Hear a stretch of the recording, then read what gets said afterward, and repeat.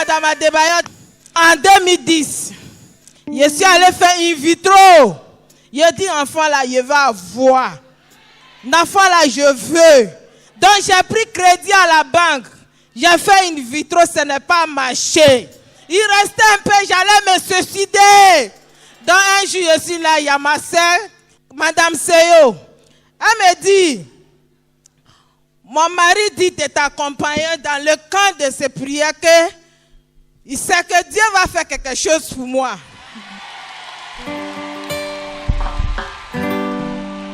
elle m'appelait, elle dit, Madame Adebayo, tu es où? Je dis, je suis au magasin. Elle dit, demain mercredi, je t'envoie quelque part. Tellement que moi-même là, je n'ai plus de vie.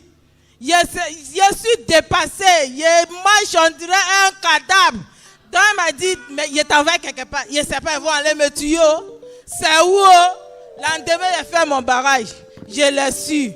Elle m'a dit matin. Après matin, elle m'a dit après-midi. Après-midi, elle m'a dit le soir, trouve-moi chez toi à la maison. J'ai pris taxi. J'ai dit à mon mari que je vais au Ghana. Parce qu'il ne veut pas comprendre l'affaire de Jésus là. Et puis comme 20 ans là, il est fatigué de moi. Oh Seigneur. Quand je suis arrivé chez Madame Seyo, j'ai trouvé son mari et sa femme. On m'a dit, Madame Adebayo, il faut rentrer, tu as te laver, on va partir. Je suis rentrée, je me lave, je dis, oh, on va me tuer ici ou bien. Oh, on m'envoie où? Donc quand il est fini, on a mangé, Madame Seyo dit, on va partir. Donc son mari même est venu déposer à la 3. Et puis on a pris taxi pour venir. Donc quand on est arrivé dans ce camp de prière, même nuit quand j'ai dormi, j'ai fait des songes. Le lendemain, j'ai dit à ma soeur, je sais que Dieu va faire quelque chose pour moi ici. Autant je remercie le Seigneur. J'ai pratiqué le vaudoutage jusqu'à chaque 6 mois. Je vais au Ghana pour aller donner un mouton au vaudou. Problème d'enfant. À un moment même, mon mari dit, ça suffit. Si on va aller chez Vaudou, il faut aller prendre enfant. On est parti. Vaudou n'a pas d'enfant. C'est Jésus seul qui peut faire. Vaudou n'a pas d'enfant. Une année, il y a quelqu'un qui m'a dit à Burkina, il y a un lot là-bas. Quand il y a caïman dedans, quand tu jettes quelque chose qui mange, tu vas avoir enfant. Donc la personne là même là, comme tout le monde me déteste, je ne sais pas qui est qui, j'ai passé derrière elle. Et puis je suis allé à Burkina. Quand je suis parti, dans l'eau on m'a envoyé là, c'est des gros poissons. Les cyrils, on dit quand tu mets poulet, quand il accepte, il va avoir enfant. J'ai fait 0.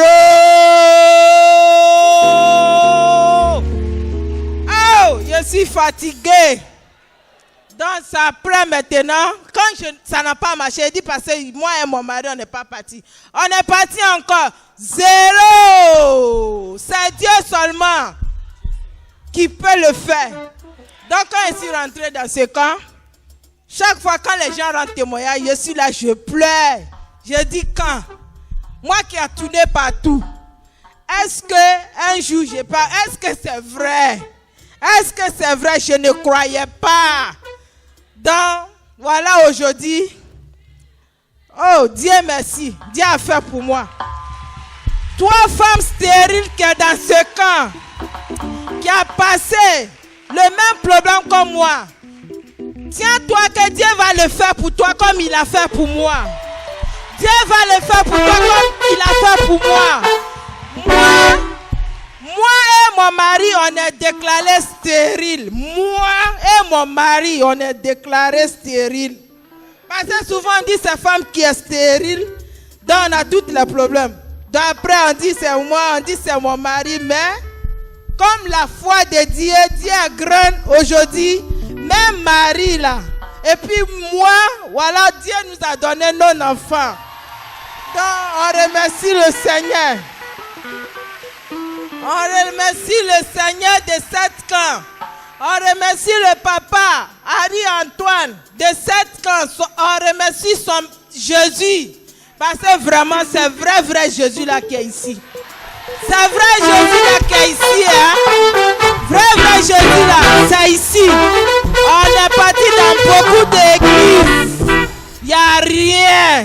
quand je suis rentré ici,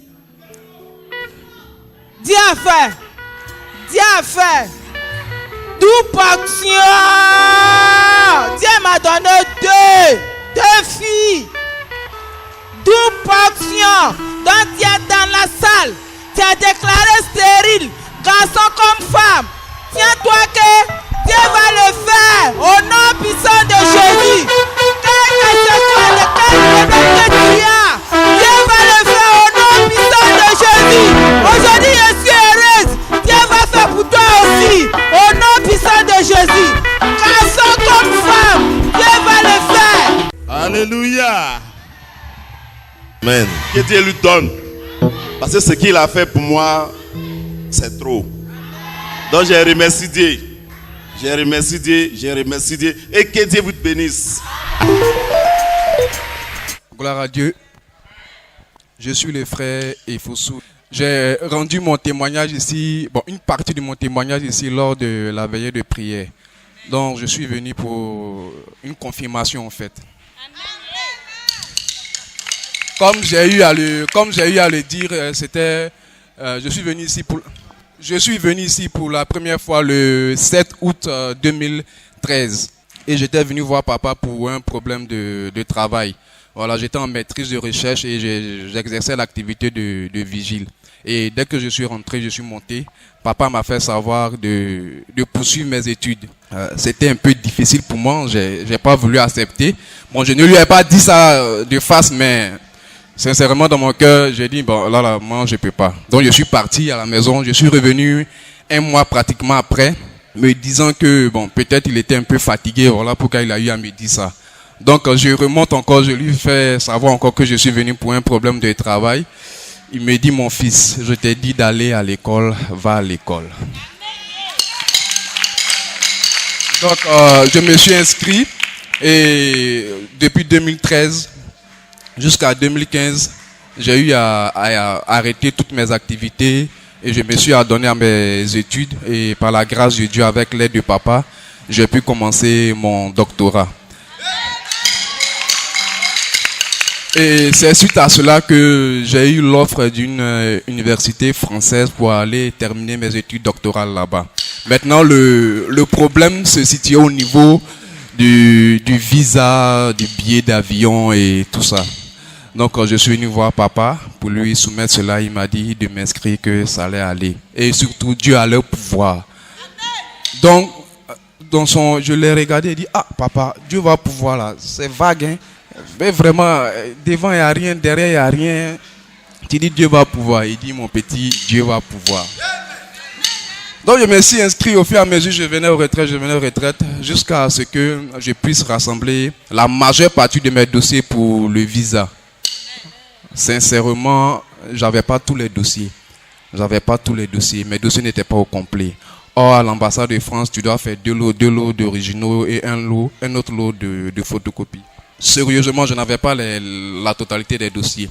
Et malgré tout cela, je suis allé déposer mes dossiers et mes dossiers ont été retenus.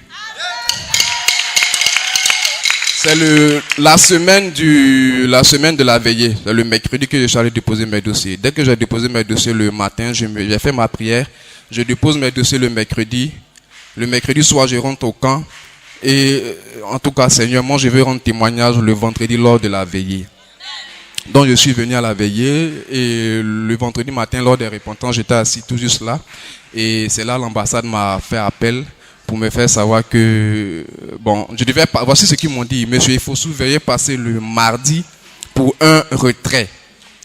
C'est tout ce qu'ils m'ont dit. Donc, moi, j'ai trouvé ça bizarre. Soit c'est un retrait de visa ou bien c'est un retrait de passeport. La femme m'a rien dit. Donc, immédiatement, j'appelle papa. Je lui dis, papa, voici l'affaire là. Il me dit, mon fils, tu vas témoigner. Il dit, le vieux, moi, je ne peux pas témoigner. Il dit, il faut tu vas témoigner. Il dit, non, mais le vieux, il m'a dit retrait. Ils m'ont pas dit retrait de passeport, mais retrait de visa. Il dit, tu vas témoigner. Je dis, gloire à Dieu. Donc, je suis monté et j'ai témoigné. Mais le témoignage, je le faisais, mais sincèrement, mon cœur battait. Et le mardi est arrivé, je suis parti. Arrivé, je rentre. Je montre mon reçu, on me dit, monsieur Fossou, vous n'avez pas rendez-vous aujourd'hui. Elle dit, ah, ça là, le vieux, voici l'affaire qui a commencé encore. Tu m'as dit de témoigner, bon, tout qu'on fait. Ce que papa dit, c'est ce qui arrive. Donc, moi, j'étais serein. 1, 2, 3 personnes, on était environ 6 personnes, il y avait un souci sur nos dossiers. Donc, pendant que les autres étaient en train de se plaindre, moi, je connais mon médicament. Jésus, Jésus, Jésus, Jésus, Jésus, Jésus, Jésus, Jésus. Donc, je suis rentré. Au fur et à mesure, on délivrait les visas, on refusait pour d'autres. Il y a une femme, elle m'a dit, ça fait 3 mois. Elle va, elle vient, il n'y a pas de visa. Elle dit, ça c'est pour toi. Moi, pour moi, là, c'est là-bas. Et j'avance. La femme me dit, il faut souiller. Il dit, oui. Elle dit, bon, n'ayez pas peur, c'est ok, il n'y a pas de souci.